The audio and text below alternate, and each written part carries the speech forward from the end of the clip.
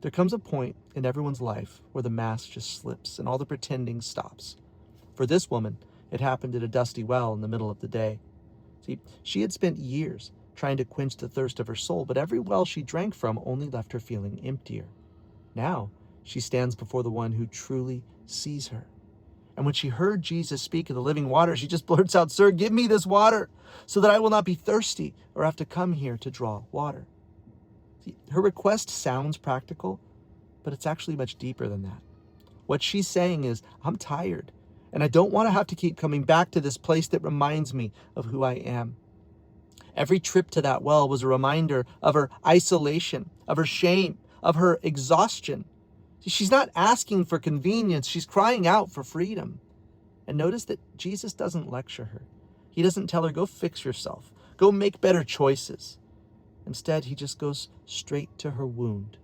Go call your husband, he says, and come here. She replies quietly, I have no husband. Jesus says, you're right, for you've had 5 husbands, and the one you now have is not your husband. What you've said is true. His words aren't meant to humiliate her. They're meant to heal.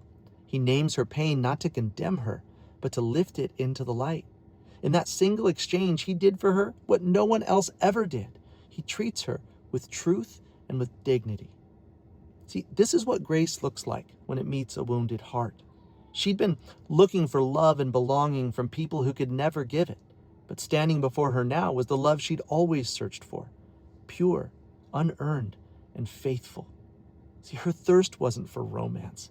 It was for redemption, and Jesus had come to satisfy that thirst forever.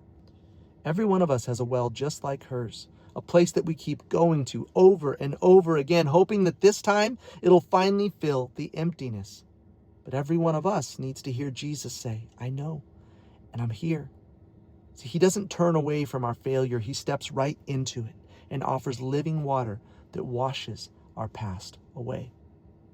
This woman came to the well to fill a jar, but she left filled with life, because once you've tasted his grace, you never thirst the same way again.